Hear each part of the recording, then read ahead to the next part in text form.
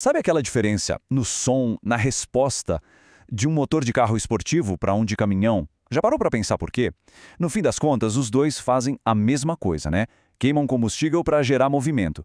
Mas a mágica, o segredo mesmo, está todo no design, lá no coração do motor.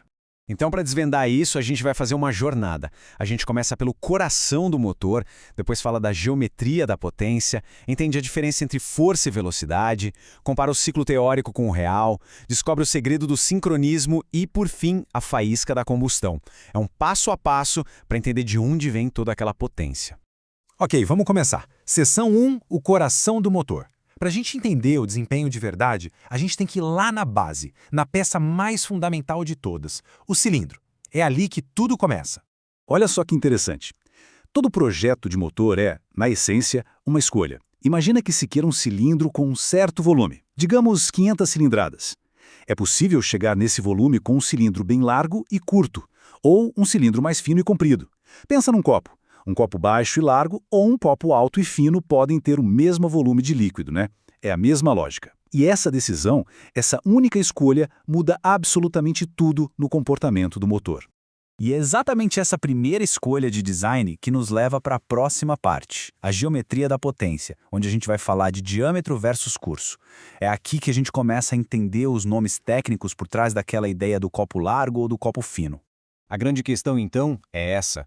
Como é que o formato de um cilindro define a personalidade de um motor? Parece simples, né? Mas como essa geometria se traduz em desempenho lá na pista ou na estrada? Como é que uma recisão de milímetros pode dizer se o motor vai ter força bruta para arrastar peso ou se vai ser um monstro de alta rotação, de velocidade pura? E aqui a gente vê como tudo se encaixa. É bem legal. Olha só, um motor super quadrado, o nome é ótimo, né? Ele tem o diâmetro maior que o curso, ou seja, é o nosso copo largo. Isso permite que ele gire muito, muito rápido. É por isso que ele é perfeito para carros esportivos que precisam de potência em alta rotação. Agora, o oposto é o subquadrado. O curso é maior que o diâmetro, o copo alto e fino. Esse aqui é mestre em fazer força, em ter torque em baixa rotação. Ideal para quê? Caminhão, trator. Faz todo sentido. E claro, tem o motor quadrado, que é o meio termo. O equilíbrio entre os dois, bom para quase tudo. Para o uso geral. Isso nos leva direto para o próximo ponto. Força versus velocidade, ou seja, torque e potência. Esses são, sem dúvida, os dois termos mais famosos e também os mais confusos quando o assunto é desempenho. Agora a gente vai ver como aquela geometria que a gente acabou de falar se transforma nesses números que todo mundo adora comparar. Vamos começar pelo torque. O que é torque? Pensa assim, torque é força bruta, força de torção. A melhor analogia é usar uma chave de roda para soltar um parafuso. A força que o braço faz na chave para girar o parafuso, isso é torque. No motor, é a pancada, a força da explosão empurrando o pistão para baixo que faz o virabrequim girar. É a capacidade pura de fazer trabalho, não importa quão rápido. Agora, a potência é outra história. Se o torque é o que o motor consegue fazer, a potência é o quão rápido ele consegue fazer. É torque vezes rotação. Pensa bem, o motor pode ter um torque gigantesco de caminhão, mas se ele não girar rápido, a potência não vai ser tão alta. Por outro lado, o motor com menos torque, tipo de moto esportiva, mas que gira a, 15.000 RPM, ele gera uma potência absurda. Então, potência é a entrega da força no tempo. Ok, a gente já entendeu a forma e a força. Agora, segura aí, porque a gente vai entrar num dos maiores segredos dos motores de alta performance. Vamos falar sobre o ciclo, a teoria versus a realidade. E um pequeno spoiler, a maneira como a gente aprende na escola que um motor funciona não é bem assim que acontece na prática, principalmente em alta velocidade. A teoria é bem simples, né? O pistão chega lá em cima, a válvula fecha. Chega lá embaixo, a outra abre. Tudo bonitinho, sincronizado. Mas, como a frase aí na tela diz, isso só daria certo se o motor fosse muito lento. Na vida real, com o motor girando milhares de vezes por minuto, os gases, tanto os que entram quanto os que saem, estão se movendo numa velocidade absurda, e a física desses gases em movimento simplesmente não permite que esse ciclo teórico ideal funcione. E essa comparação aqui deixa tudo muito claro. No ciclo real, os engenheiros são espertos. Eles manipulam o tempo das válvulas. Elas abrem um pouquinho antes do que deveriam e fecham um pouquinho depois. Por quê? Para usar a inércia, o embalo dos gases a seu favor. É uma jogada de mestre para otimizar o fluxo de ar e combustível para dentro e para fora do cilindro.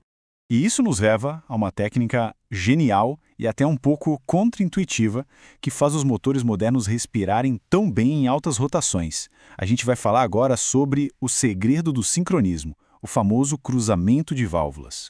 Parece loucura, né? Um momento em que a porta de entrada e a porta de saída estão abertas ao mesmo tempo, mas é isso mesmo. Por uma fração de segundo, bem quando o pistão está lá em cima terminando de expulsar os gases queimados e começando a puxar a mistura nova, as duas válvulas, de admissão e de escape, ficam abertas juntas. E qual é a genialidade disso? Vamos por partes. Primeiro, a válvula de admissão abre um pouquinho antes do pistão chegar lá no topo. Aí vem o pulo do gato. Os gases de escape saindo em alta velocidade criam uma espécie de vácuo, um efeito de sucção que ajuda a puxar a mistura nova de ar e combustível para dentro. É como se os gases velhos dessem um puxãozinho nos novos. E para completar, a válvula de escape fica aberta um tiquinho a mais, mesmo com o pistão já descendo, para garantir que tudo que é gás queimado saia de lá. O resultado de toda essa dança sincronizada tem um nome técnico bem legal: lavagem do cilindro. É literalmente isso, uma limpeza, uma varrida no cilindro. Garante que ele fique o mais limpo possível dos gases velhos para receber uma carga novinha em folha. E uma carga maior, mais limpa, significa o quê? Uma próxima explosão muito mais potente. Bom, o cilindro está cheio, limpinho, com a mistura perfeita lá dentro, tá tudo pronto. Só falta uma coisinha para liberar toda essa energia. E é aí que entra a faísca da combustão. É um trabalho para vela de ignição. Ela solta uma faísca de alta energia que vai inflamar a mistura, que já está super comprimida. E olha que detalhe, isso acontece um pouquinho antes do pistão chegar no ponto mais alto. Esse timing é tudo. A qualidade da faísca também. Se ela for fraca ou se acontecer na hora errada, principalmente em rotações muito altas, todo aquele trabalho de encher o cilindro com perfeição vai por água abaixo.